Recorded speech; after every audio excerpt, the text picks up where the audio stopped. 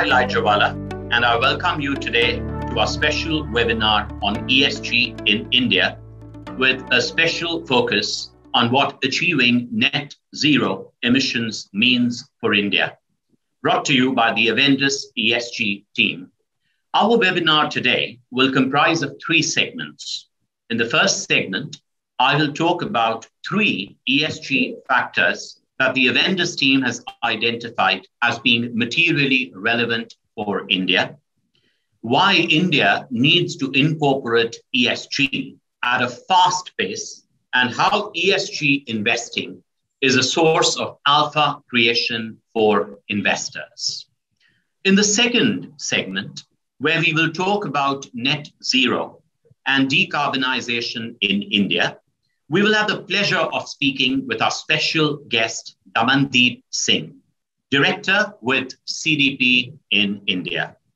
Before founding CDP India in 2012, Daman has spent over 3 decades writing and researching on environment and development issues in India. CDP, in case anyone is not aware, runs a global disclosure system for investors, companies, and cities to manage the environmental impacts. Over the last 15 years, they have created a system that has resulted in unparalleled engagement on environmental issues worldwide and have a deep presence in India. Let us now move to our conversation on some of the most materially meaningful ESG issues for India. Sorry, I also forgot to mention that at the end of the two conversations, we will move to our question and answer session, and all questions to be moved to that segment. Both Daman and I will take those questions after the conversations are over. Let us now move to the first segment. Can we have the next slide, please?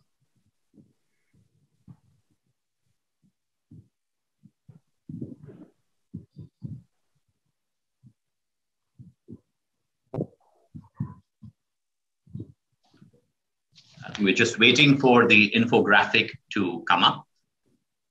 And here it is. Right. So we have 3 key infographics where we will be talking about why these are highly material to India. And please remember that these are important because ESG has to be materially relevant. What may be materially relevant to the United States of America may not necessarily be materially relevant to Europe or India. And therefore, for ESG to do what it truly intends to achieve, it needs to address materiality. And materiality differs from country to country, from sector to sector. We will today talk about India's material ESG factors. Let us start with climate change in India. While India is grappling with COVID, it cannot lose sight of the climate risks which are rising. Climate models predict that some areas of India may become the first places on Earth to be exposed to heat and humidity so extreme that without air conditioning, healthy adults will succumb to this heat in large numbers. Climate models predict that wet bulb temperatures, and we don't need to go into the details, but wet bulb temperatures in simple layman term mean a combination of heat and humidity. So let's without going into the details, wet bulb means temperatures, which is a combination of heat and humidity. And the climate models predict that wet bulb temperatures could start to breach 34 degrees Celsius by 2030. Now, you might want to ask, is that significant? Give us the perspective. The conclusion or the perspective is that human beings cannot survive at wet bulb temperatures above 35 5 degrees Celsius. The average survivability of a human being at a wet bulb temperature starting from 34 degrees is 5 hours in the shade and without air conditioning. And we are not talking of India reaching these net wet bulb temperatures in the very distant future. This is not a 2050, 2100 scenario, but this is a 2030 scenario. I think we must take this very, very seriously. We are already beginning to witness summers that are far, far hotter. March has been warmer than average since the last 100 or 120 years. In Japan, the cherry blossoms have blossomed almost 15 days to a month. And this is never happened in the last, I think in Japan, they maintain these temperatures. This has not happened in the last 500 to 1,000 years. So clearly climate change is upon us. And what we are mentioning over here, India is going to be one of the first places in the world to experience these lethal heat waves. 160 to 180 million Indians are at risk of being exposed to these lethal heat waves by 2030. And the climate scientists and the economic institutions put the impact on GDP of this warming or lethal warming at 2.5 to 4.5% of a loss of GDP beginning 2030. Similarly, let's look at sea levels. By 2100, close to 100 million Indians could be impacted by rising sea levels, with their homes being permanently underwater during the high tide. Mumbai, Calcutta, and Chennai are at risk, including many parts of Orissa, which are low-lying. So this is, something that we will have to take into consideration. 36 million people being impacted. These are not very small figures. I think we need to go to the next slide. Yes, we are talking of air pollution, but I think I'm having some problem with the PC. Give me 1 minute.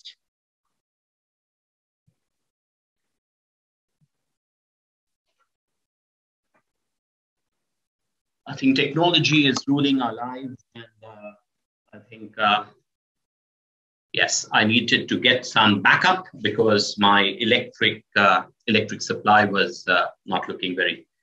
Yes, we are now in good shape. So we will now move on to air pollution.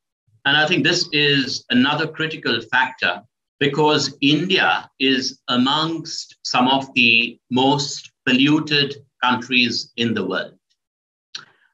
Various different statistics. Some statistics make India or put India at being the 5th most polluted countries in the world. Some put it at the 3rd most polluted countries in the world. But the fact of the matter is that we are a highly polluted country. Look at some of the statistics over here.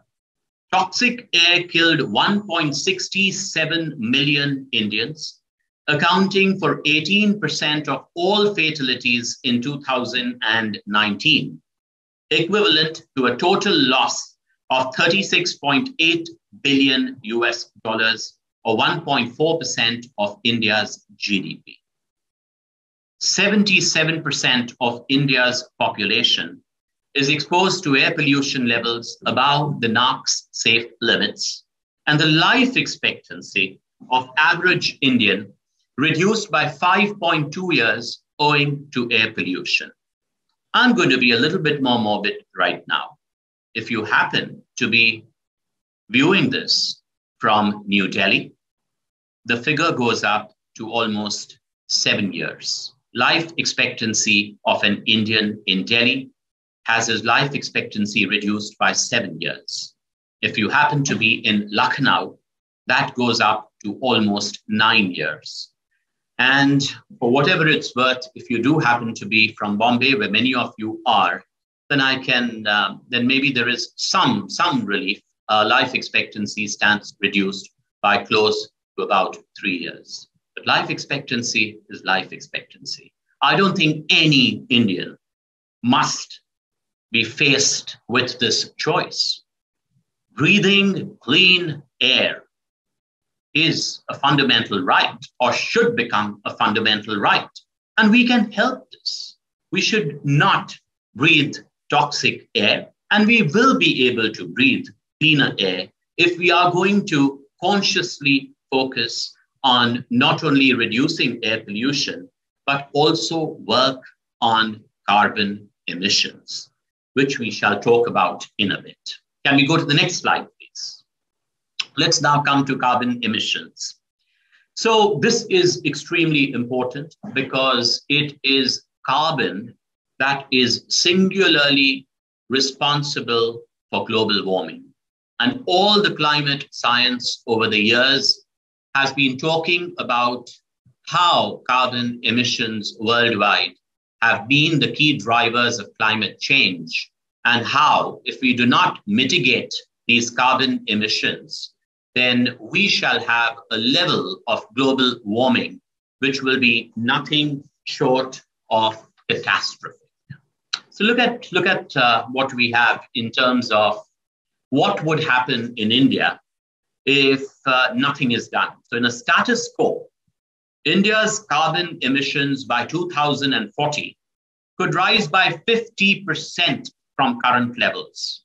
And mind you, these are estimates coming from very reputed bodies like the International Energy Association. These are some very, very serious statistics over here. In a status quo, India's carbon emissions by 2040 could rise by 50% from current levels, making it the largest emitter in the world. It is not the largest emitter today, but in a status quo scenario, India can become one of the largest emitters, even though India's per capita carbon emissions would remain well below the global average. India's carbon emissions have grown over the last 20 years. They now constitute about 4.47% of the total, and we are the world's third largest emitter of greenhouse gases. So clearly, there is a lot that India will need to do. In fact, the world's move to net zero emissions cannot happen without participation from India. And perhaps this is one of the key reasons. India's huge systemic impact on climate change in the world. And as I said, this is probably one of the key reasons why President Biden's special envoy on climate change is in India today as we talk, to push India or to convince India on this, on moving towards a net zero status, which we shall talk about in some time. Can we go to the next slide, please? Having spoken about some of the important ESG material factors for India, let's now look at why we think that ESG must become mainstream in India. ESG is sweeping the world. Assets under management are moving up. Governments are asking for disclosures, and investors are embracing ESG around the world. And we think that India will need to hit the ground running over here. Let us start off with the first one: systemic climate risk. We've already spoken about carbon emissions, so you get a perspective of how critical India is. But I will reiterate once again that India is one of the most climate vulnerable nations by virtue of its large demography, its accelerated transition to a more industrialized and prosperous country. It will need to address its climate vulnerabilities. All stakeholders will need to be prepared for decarbonization in India, and its associated risks and opportunities. This means that India must take into account and address its climate risks, including damage to business continuity, asset values, and productivity caused by rising temperatures.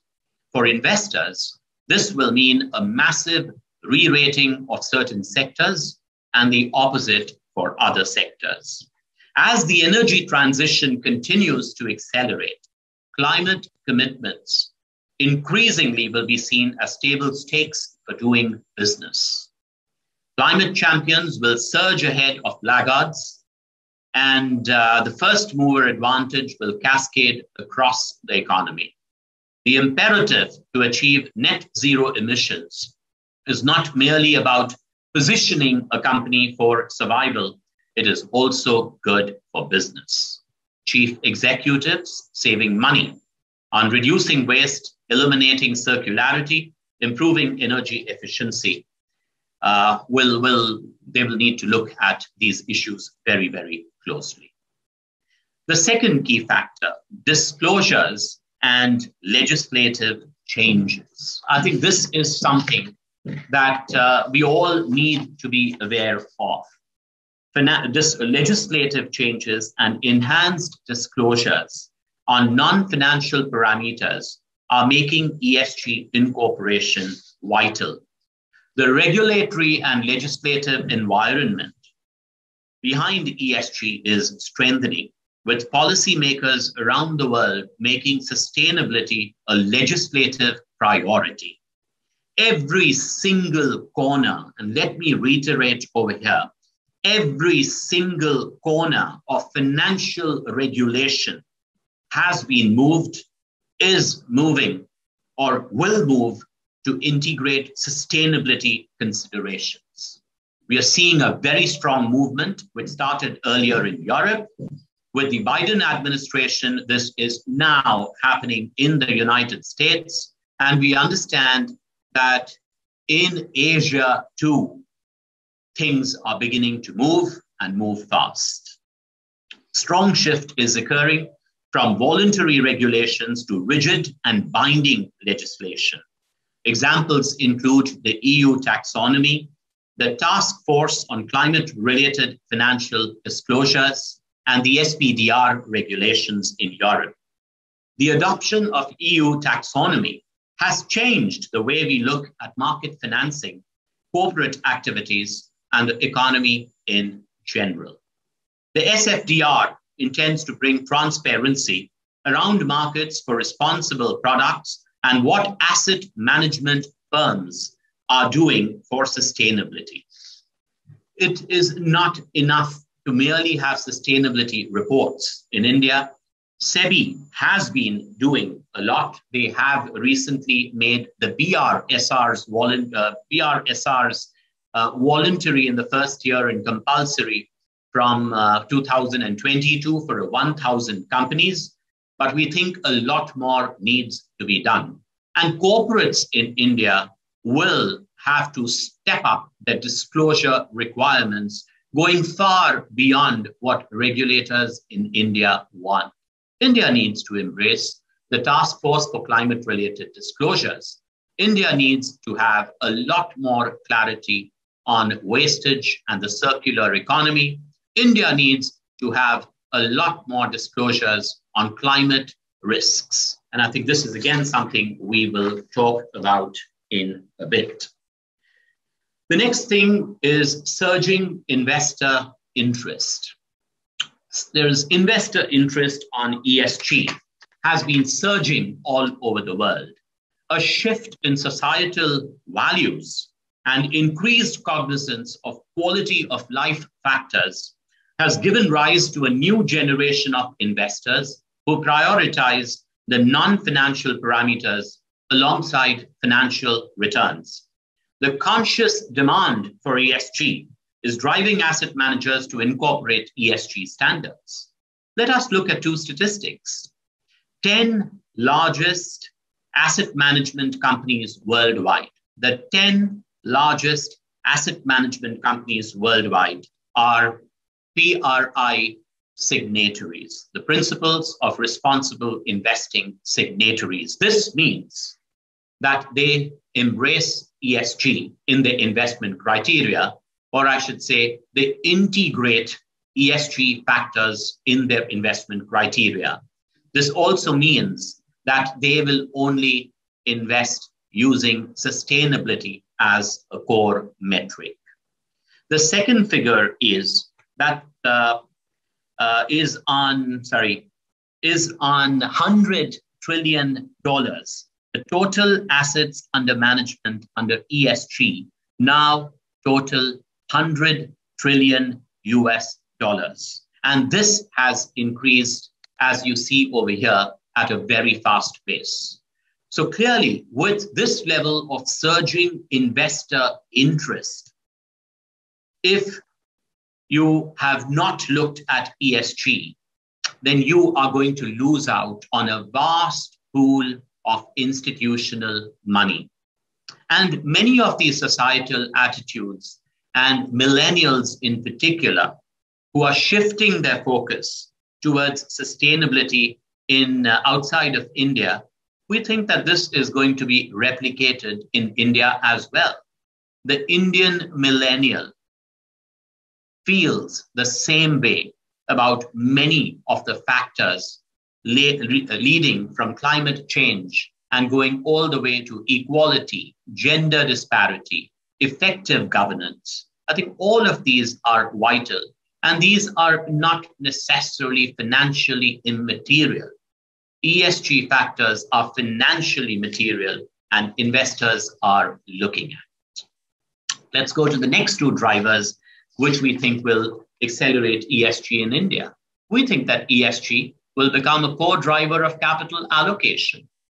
We spoke about institutional investors. Let us now look at FDI as well. India needs to attract global investments, foreign institutional as well as foreign direct. We spoke about FII. We'll now speak about FDI. Global investors will be focusing on a country's ranking on ESG parameters and the ESG ecosystem. Just moving up the World Bank rankings on the ease of doing business is not going to make the grade for India in terms of attracting foreign direct investment. India will need to equally demonstrate that it has a vital ESG ecosystem where every stakeholder is aligned. And here we are talking of the regulator, the corporates, the society, investors, as well as asset management companies. And finally, the next factor that we think will accelerate ESG in India is it will be integral to global supply chains. India is a natural choice to filling the supply chain vacuum that China is creating right now. The key drivers for India, which China is vacating, are a diverse business landscape, a skilled workforce, sizable domestic market with growing disposable incomes.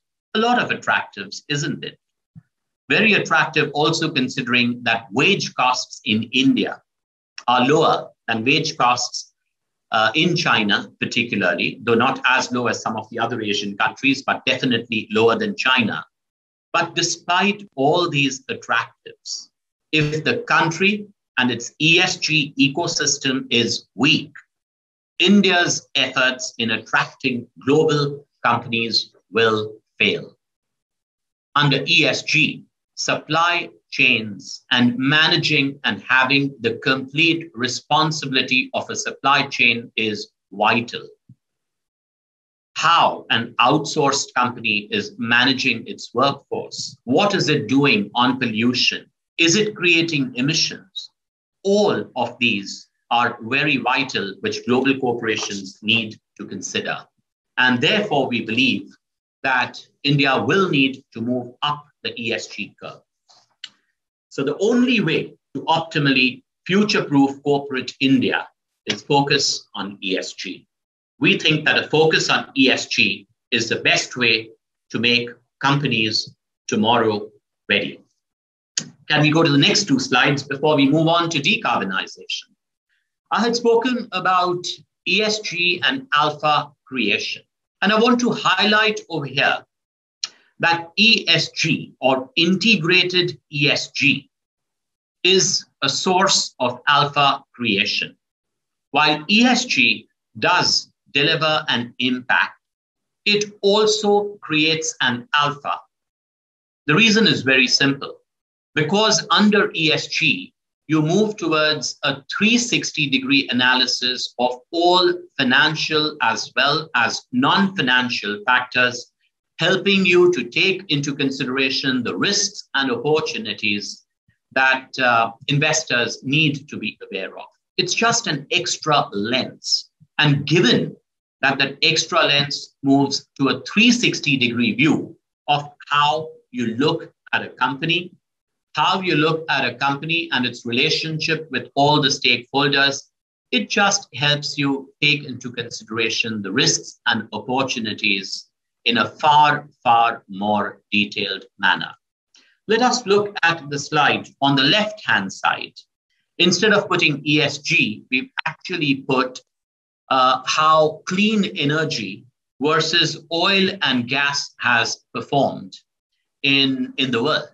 So what you see, the green line here is the iShares Clean Energy ETF. The red or the brown line is the MSCI Oil and Gas Index, and the blue line is the MSCI World Index. Look at what has happened to the oil and gas index. The oil and gas index is negative, i.e., you have seen an erosion in returns. But the clean energy index has seen a very significant value creation.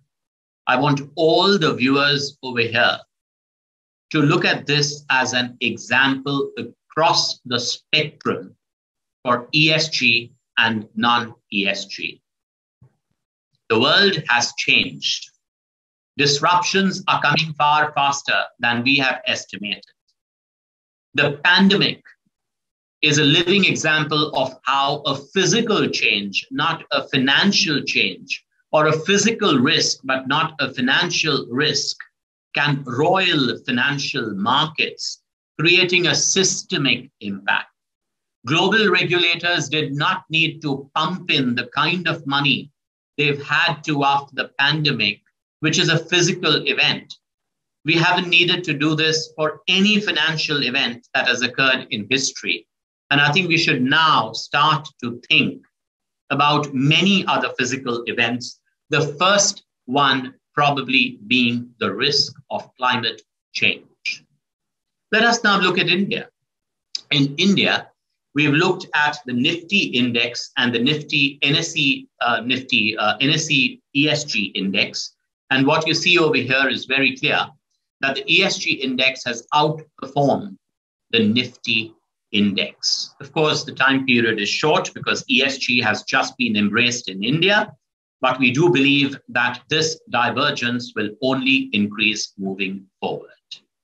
And finally, I'd like to talk very briefly about how alpha creation is something that we have seen at our fund.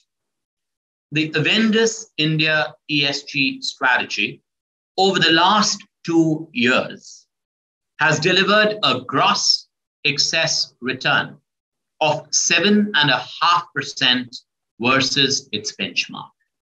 To us, this is giving us a lot of satisfaction, not only in the fact that ESG works in India, but the fact that ESG is a source of alpha creation in India. And remember, the last 2 years have been some of the most interesting, if I may use the word, interesting years, volatile years for the financial industry. And in those 2 years, years of a pandemic, years during which one or the largest Indian company has almost doubled in value and one in which we as an ESG fund cannot invest in, we have still generated a return. So this gives us the confidence that ESG is is a source of alpha creation in India, and investors must look at ESG. This brings me to the end of my presentations. We will now turn our attention to decarbonization. I had introduced Damandeep earlier, but I want to say over here that we are very privileged to have Damandeep here with us today, because he is a man in very high demand. As India grapples with the decision on whether it should go to net zero or not, every stakeholder in India is reviewing this, and CDP and Damandeep are being sought after by all the stakeholders. So Damandeep, thank you so much for being with us today. And let's shift our focus to decarbonization and net zero. And to some of the viewers, I want to just say net zero refers to the balance between the amount of greenhouse gas produced and the amount removed from the atmosphere. We reach net zero when the amount we add is no more than the amount taken away. Let us now turn to our Q&A with Daman. So Daman, let's start with the question on net zero. As I mentioned earlier, we are having this discussion where at an interesting time when John Kerry, President Biden's special envoy on climate change, is in India to elicit India's support for a net zero.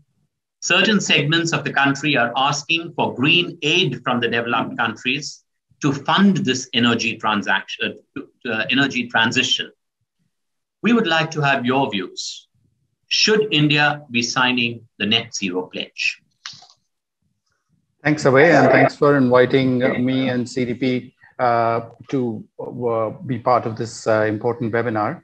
And your kind words, I think most of it is deserved for CDP. And just one point of clarification, that this is the 20th year of CDP's existence and the 17th disclosure cycle that we've had globally. So coming to net zero is actually a very interesting and an important phrase that has just come into fashion in India right now in the last month or so. I'm actually bemused, and I wanted to put it out on social media, but then I restrained, but I can't help myself, is that the biggest NGOs that are now organizing webinars and discussions on net zero till about 2 months ago would not even want to use that phrase in their discussions. And I'm actually surprised, and I would see what would be the next phrase that would fall.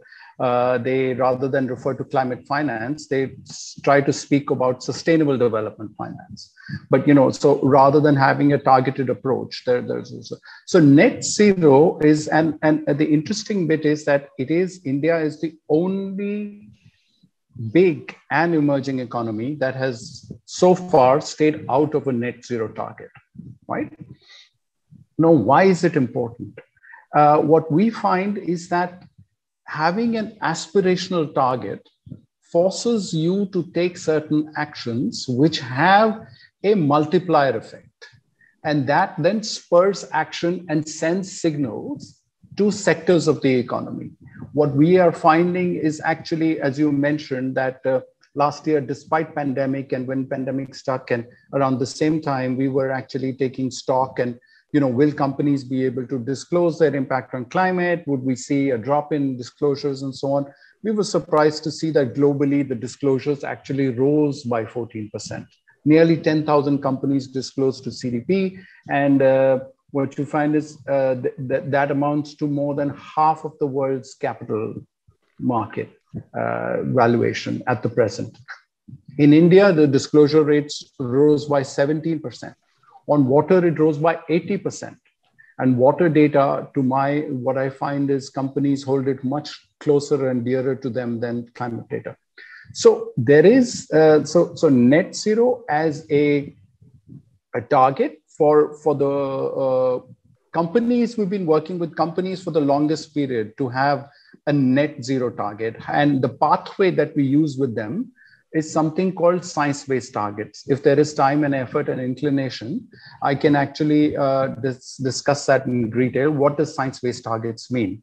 And why is it important for? So companies are already on that journey. And science-based targets was a program that we designed with 3 other partner NGOs, including WRI, WWF, and UNGC, at the time of Paris Agreement 2015, wherein rather than countries going on a pathway to being, net zero, or we model companies' emissions to be net zero, to be compliant with the Paris Agreement. Earlier, it was 2 degrees. Now, the newer pledges that we're taking, and companies are actually coming forward in doing that, is on a 1.5 degree pathway. And that then pushes them to do certain innovations, take certain board decisions, take certain management decisions, to institute actions that will then put them on this pathway. So this requires a certain leap of faith and a bold action, but they are being driven towards that. And we find that now increasingly investors are our allies. They're talking about it. In fact, when Larry Fink starts to talk about it, it makes a huge difference. And what we find is that with the TCFD having come in, that actually has been a game changer for a lot of the companies. I mean, who amongst us has not had difficulty in trying to convince our accounts manager on why this expensive dinner needs to be accounted for?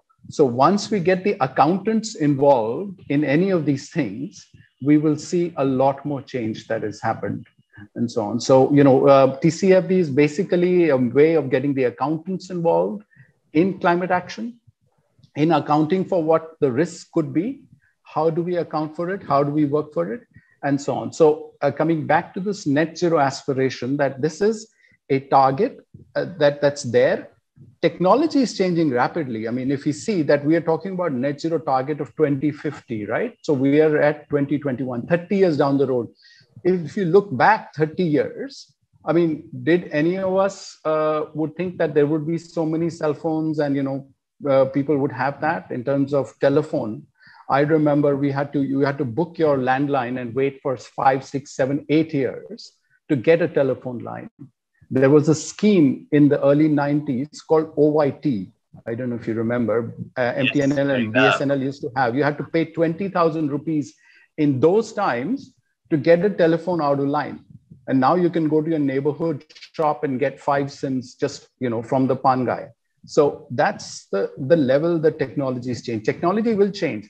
It requires a leap of faith. It requires a bet.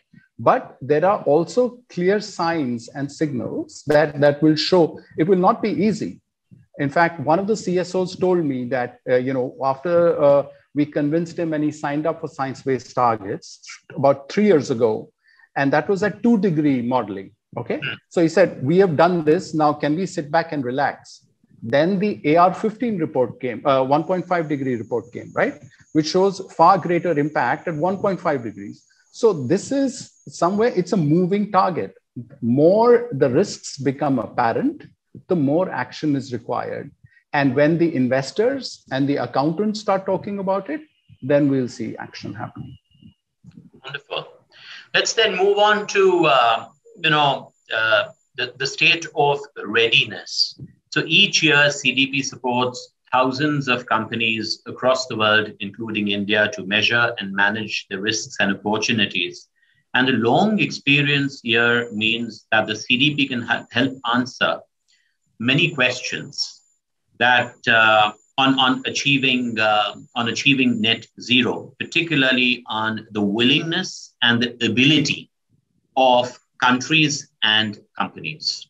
So ultimately, if India is to move towards total decarbonization, and obviously this is a long target, the entire ecosystem of the country, including its corporates, regulator, banks, asset management companies, must start to prepare. Let us have your views on what you think about Indian corporates. Where are the Indian corporates today in terms of the state of readiness on recognizing carbon risks, on disclosing carbon risks, And tell us, does India Inc. have a mindset on pricing carbon? So, Abhay, there is, oh, sorry, is there an echo? No, are we fine. okay? Yeah. Okay. So what we find is actually a greater awareness about India Inc., but specifically amongst the top companies. So we find, the Tatas and the Mahindras and a lot of these people are running way ahead. The cement sector, for instance, Dalmia Cement on CDP was rated #1 in the world in our cement sector report in 2018. And Mr. Singh speaks about it at all global forum, and that has actually propelled him to a position on several global platforms, including World Economic Forum, the UN Secretary General's Climate Action Summit, and so on and so forth. So there is definitely, we have leaders. I mean, in the cement sector, 3 of the top 5 companies are Indian. And then there are laggards. And it's same thing that, we have this discrepancy is huge. And we find that, so within the same group, for instance, in the Aditya Birla group, we have only Ultratech disclosing. Right. Now, there are a lot of other companies there that we need greater insights into, right? And public disclosure. What we find is public disclosure actually helps and generates a lot of conversation. What we find over the last couple of years, that also a lot of the companies that we have been chasing for several years, then suddenly turn around and suddenly come to us, where they would not even respond to emails and phone calls and so on. What we find is PSUs that are actually now trying to, for disinvestment, when they go to international market and they are asked about this, so then they come around and say, how do we disclose to CDP? And first time they get around, they get a D, and then how do we improve on our scores and so on and so forth. So we're finding a lot more, I mean, in my 10 years at CDP, when I set up CDP in 2012, it's a saying, rather than us chasing companies, now we find a lot more companies approaching us.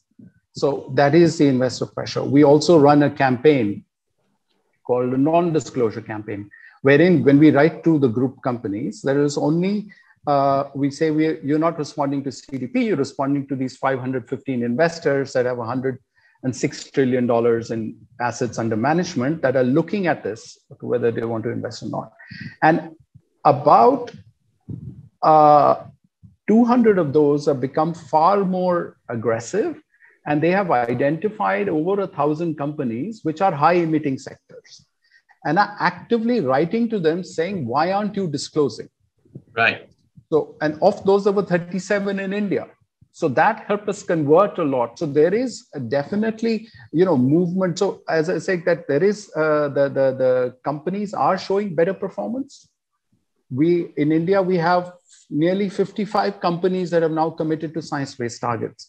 And Snehul, if you can just put that science-based target slide for 1 second, I'll just quickly explain, if you permit me, what is science-based targets.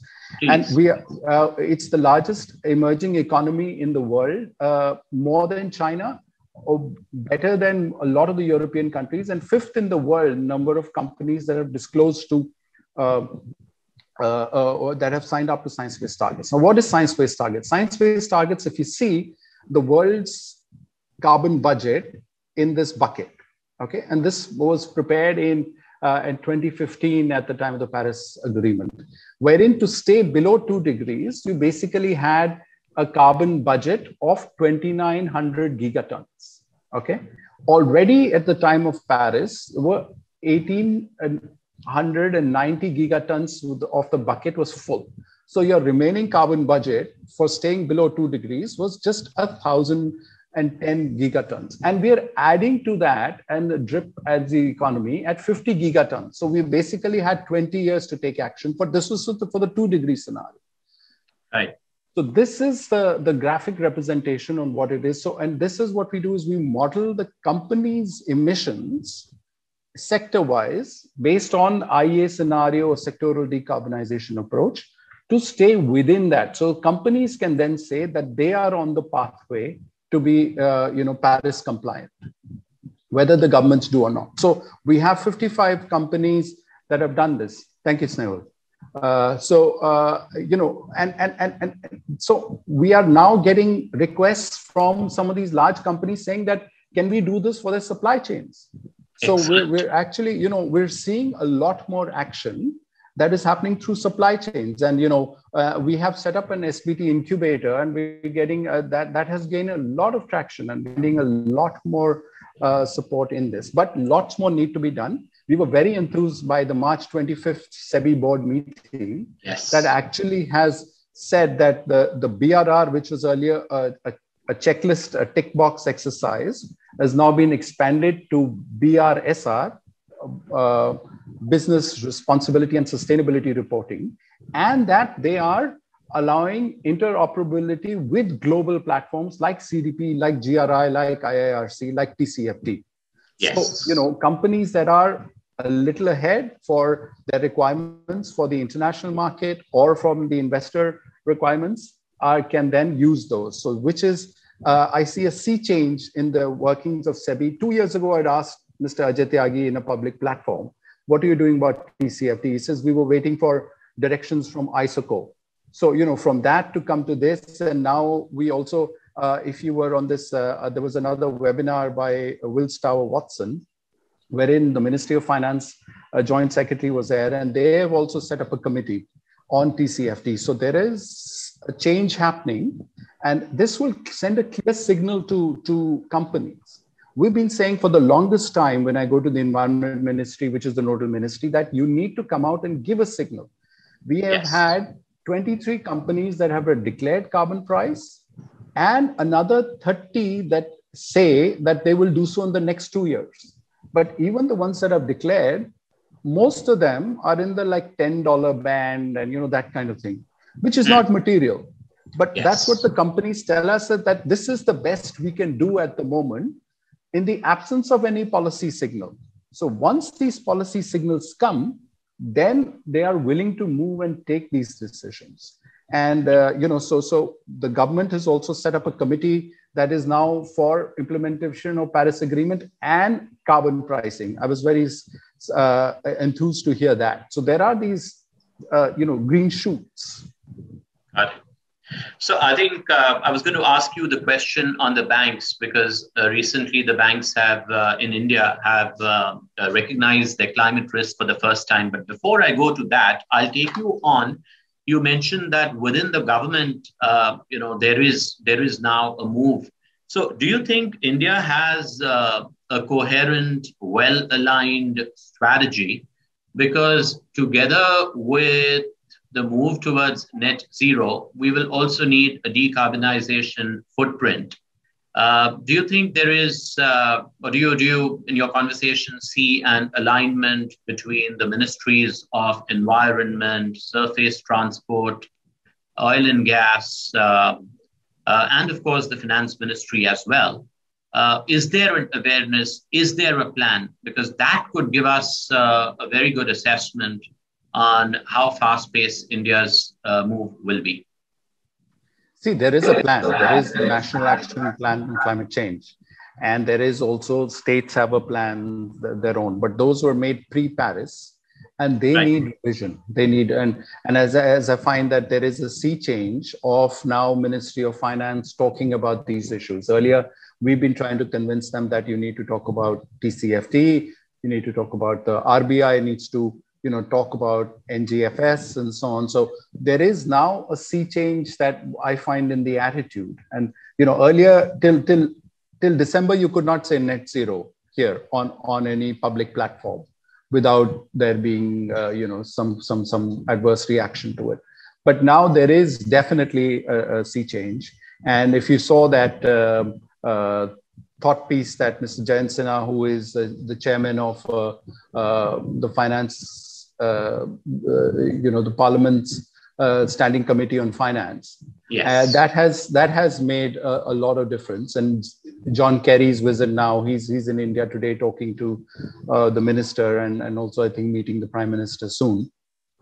Tomorrow there's a discussion that they're holding with top corporates in the US Embassy and so on. So there is a sea change. The action is going to happen with the industry, and they realize it. So the good news is that SEBI is putting things in place. Ministry of Finance is talking about TCFD. RBI, when it starts acting, then we will see greater action on and then, an understanding of climate risk. Right, right. I think we have time for one more question. I needed to ask you this, so I will squeeze it in. As I said, your last report spoke about Indian banks. You had two Indian banks speak about climate risk and giving a value or assigning a value to climate risk. We haven't really seen this in India before. Could you tell us a little bit about this, which banks, what was the level of risk, and what do you think other banks should do? So actually, not just the banks, there were 42 Indian companies that reported the financial, that put a financial figure to their climate risk. And, that amounted to 7.14 lakh crores, which is nearly $100 billion equivalent. Okay. Now, 85% of this is actually from 4 banks.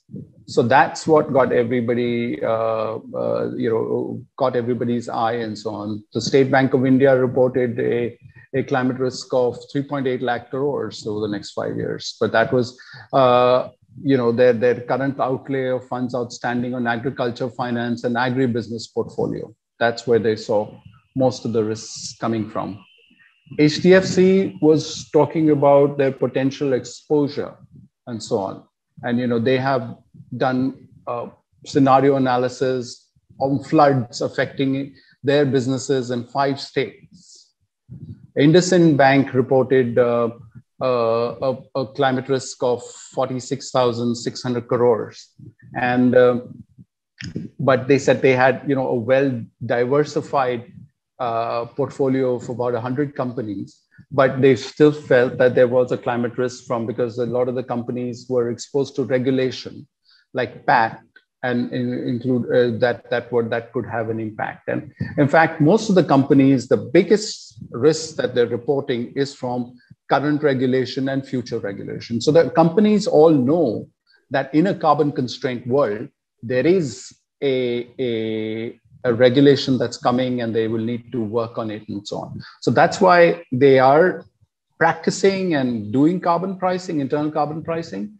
But, it needs greater signal from the government to take further action. Axis Bank also reported a climate risk of 7,500 crores. So these are the 4 banks that had these big figures that were coming out.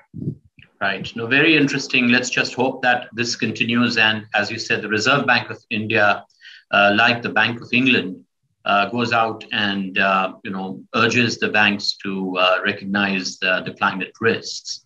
So let's have one more question. And, this is more of an estimate by you because no one can really read the Prime Minister's mind. But do you think India makes a pledge? Because China has made the pledge on net zero by 2060. And do you think India goes ahead and makes this pledge? So while we have been talking about us achieving the Paris goals, the 2-degree scenario goals, our NDCs are in the right direction. But the world really wants a pledge from India because India is way too systemic. What is your estimate over here? Do you think India makes that pledge? I'm putting you in the spot. It's sure. India. It's not a question of if, but when. I think right now, given this sort of groundswell of support and everything that's coming in, and John Kerry being here, so is it going to happen at President Biden's Earth Day event that he's hosting, where Prime Minister Modi is also supposed to speak, or is it going to happen at the G8 summit, where Mr. Modi is a special invitee? So, that's sort of if and when and so on. And I think it would be symbolic in terms of, symbolism. IEA estimates that India would net zero, its calculations scenario shows mid-2060s. Mid-2060s. So that is even beyond China. Yeah, China's 2060. IEA says mid-2060s and so on. But I think, given Prime Minister Modi's bold initiatives on Yes. this, and also our great renewable target of that has been now, increased more than double from 175 gigawatt to 450 gigawatt. Yes. There is time, and there is some thinking that it might just be 2047, 100 years of our independence. It might come with that would carry symbolic value and would have this commitment and so on. See, the point is nobody's going to hold a gun to anybody's head, right? This is an aspirational thing with technology change, and India has the clear example of seeing technology change in terms of mobile telephony, in terms of IT revolution, what it can do. Yes, indeed. But if you're saying 100 years from Indian independence, it would mean 2047, 12 years ahead of China. But that would also mean that corporate India and Indian investors need to prepare for some massive, once in a century kind of an opportunity, which could come in the areas of renewable energy, hydrogen, electric vehicles, carbon storage. I think these could be massive. So should therefore climate change be seen as one of the world's biggest commercial opportunities, rather than just be seen as a risk that humanity needs to get over and that humanity needs to mitigate? Yeah, absolutely. There is. And this is the thing. And in fact, an interesting bit, I don't know if you saw it, in today's Indian Express, there's a report that actually has this, it says the survey finds kids raising critical points on clean air, climate change, and sustainable development. And this is kids that are actually watching. This is a survey done by Sesame World and so on. So these are not your college going kids and so on. So here we're talking about kids that are in the primary schools are now aware of these issues, right? So it is their future, and they will drive this action. They will demand this action. And excellent. So that's the future.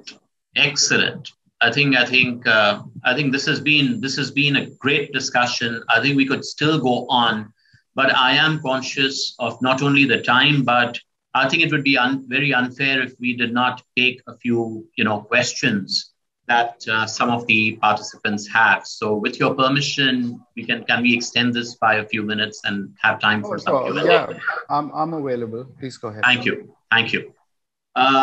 Snehul, do you have any questions that you have? Can you put those up, please? I see that there is a queue.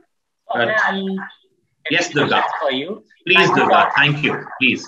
Thank you. This enlightening webinar, and I learned a lot personally. I'm sure so did the audience. So the first question which we have gotten from audience is a very interesting and topical question. So if we look at corporate India or India per se today, the acceptance and assessment of climate risk diverges between various groups.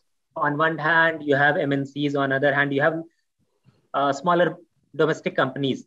Similarly, if you look at FPIs versus DIIs, the climate risk acceptance and acceptance is very divergent between these two sets.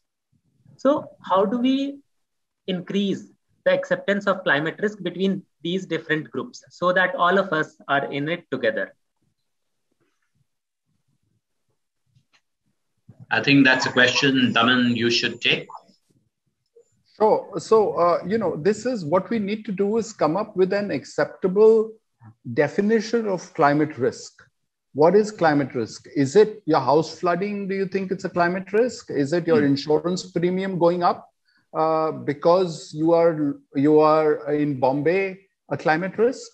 Or is it that you are required under building laws to have a mandatory solar water heating system as a climate risk? So there are different levels. What is it? First, you have to have an understanding of climate risk at a commercial level, right? How will it impact your pocketbook, and what are you paying in your insurance premiums? What are you doing? Is it will insurance premiums for fossil fuel cars become more than EVs, for instance, and so on and so forth? So those are the and then for For the smaller companies, it's essentially there will come from their suppliers and that their buyers, where it's going and how people are now looking at more and more innovative products and opportunities. So there will be clearly, winners and losers. There's no point saying that we will take along everybody and it's not going to happen. And climate change, what it's shown us, and rapidly changing technology, that there will be winners and losers. The ones that understand it and move with the times will gain, and those that are not, despite your best efforts and safety nets, will get left behind. So you need to have a clear definition of action and how do you go and move on this. Durga, let's go to the next question. The next question is, like we have a EU taxonomy, do India also needs a India-specific India taxonomy? I think that's a very good question. So Abhay, you want me to have a stab? Yeah, why don't you take a shot and then I'll add a few bits. One is that there is some effort at having an Indian taxonomy, and there is some efforts that are going on. But the more that these converge, it's better for everyone, because India's investment needs cannot be fulfilled by local capital. So we are looking at global capital coming in. And, in action on climate change will not be met with grant fund and grant aid and so on. It will have to be commercial money that's coming in. So the greater understanding of the global picture is better. Abhay? Right. No, I would broadly agree. I think the EU taxonomy is extremely comprehensive. And therefore, I think, we should probably look at that and try to bring in the Indian context. Yeah. I'll bring up the next question. If we look at any climate target that India sets, it's going to need support from MSME sector. So are there any programs specifically targeting those MSMEs so that they are encouraged or involved with these ESG actions? Because without them, we cannot reach where we want to reach. Yeah. So SMEs is actually the big focus now, and there is a global program of which CDP is also part of, and it's called the SME Climate Hub, if you see that. And there is this movement that is trying to see how we want to put in move action towards that. And I think it's actually has received a huge chunk of money from the Amazon Climate Fund, Jeff Bezos and so on. So there is that. But as I mentioned, that CDP, we have nearly 140 plus of the top corporates in the world that actually drive action through their supply chain. So if you're a top tier supplier to Walmart, Coke, Dell, Pepsi, L'Oreal, Goldman Sachs, you will be asked to disclose to CDP and account for what actions are you taking and so on. And the score there will go towards your overall ranking and so on. So India's biggest IT firms are actually in the supply chain of Microsoft. And Microsoft is not just committed to being net zero, but they have said that they are not just, they're going to take action to remove carbon from its inception. So companies are taking that kind of target. Walmart is committed to, and it has, if you search, there's something called Project Gigaton, removing 1 gigaton of carbon from the atmosphere. And that is mainly through their supply chain. So CDP manages it for them. This question is for you, Abhay. So if we look at India specifically, there are many funds, ESG funds. And is there any standard parameter which are to be reported by an ESG fund? Or are they same as any other fund? How are the two different? That's a very good question. And unfortunately, there are at this point in time no special disclosures which ESG funds need to make. So honestly, apart from the fact that they are ESG, there is nothing that an ESG fund is necessarily expected to disclose. And I think this is, and therefore the whole effort becomes voluntary. But this will probably change in India. As we've recently seen, it has changed in Europe, for example. The SPDR rules that have just come out are talking of a lot of disclosures that ESG funds need to make. So they have to provide a lot of transparency on why they define themselves as being sustainable funds. I won't go into the details, but there is a lot of information and details required. I also do believe that the investor has a right to know when he is investing in an ESG fund. He has a right to know what exactly is the objective of that fund. How is that fund focusing on sustainability? How is the fund looking? For example, we at Avendus, given the carbon-related risks and the climate-related risks, are disclosing our carbon footprint, because we believe that any investor in a climate vulnerable country like India needs to know whether what he's investing in, what is the carbon footprint of that portfolio. So we disclose the carbon footprint of the portfolio, and we have gone out and stated that our carbon footprint, or the footprint of the Avendus ESG fund, will be lower than the corresponding footprint of the country's benchmark index, which is the Nifty. So these are things that ESG funds will need to do. They will need to go out and say what they are looking at in terms of circularity, in terms of companies specific, what is material for a finance company. How are they looking at cybersecurity? For FMCG company, how are they looking at plastics? So I think these are things that firms, that asset management companies will need to do. I hope that was not too long-winded.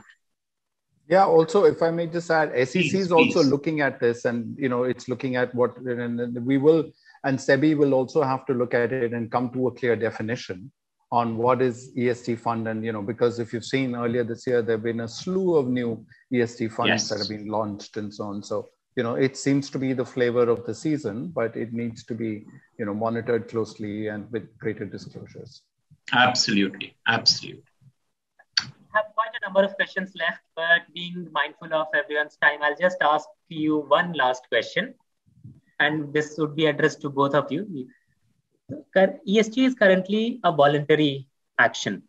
Do we expect it to become mandatory anytime soon? Daman, would you like to go first? Yeah, so as I said that, this new board meeting of SEBI and so on, mandating for 1,000 companies, BRSR, that is becoming important. And, with Ministry of Finance not talking about TCFD and disclosures and so on. So, it is right now voluntary. CDP is also voluntary. And, that's what, but we now cover half of the world's market cap. So what is it that, is it voluntary? If you're a supplier to Walmart, for instance, and you're asked to respond to CDP, is that voluntary or is that a compliance? I'm not sure. The trend of the world is towards that. And that's where we're, the more disclosure and open disclosure, I think benefits everyone. I completely agree. And as I said earlier, in fact, this is one of the reasons why ESG is becoming imperative in India, because every corner of financial regulation has been moved, as I said, is moving or will move to integrate sustainability considerations. So we will see a time when, the sustainability considerations and the legislation behind the sustainability considerations are so specific, are so detailed, and are so widespread that it will no longer be voluntary. It will, in fact, ESG will become mainstream. Thanks, I'll close the Q&A session. We have quite a few questions left, and we assure you that we'll respond on email to each one of them. Thank you. Excellent. Damandeep, thank you very, very much. I think this has been an excellent conversation, and we really value your time, over here, particularly at a time when there is so much demand for you and your views on net zero. I think we've had a great discussion, and I thank you and I thank all our viewers for being with us today. Thank you very much. Thank you, Abhay. Thank you for inviting CDP. Thank you. Thank you.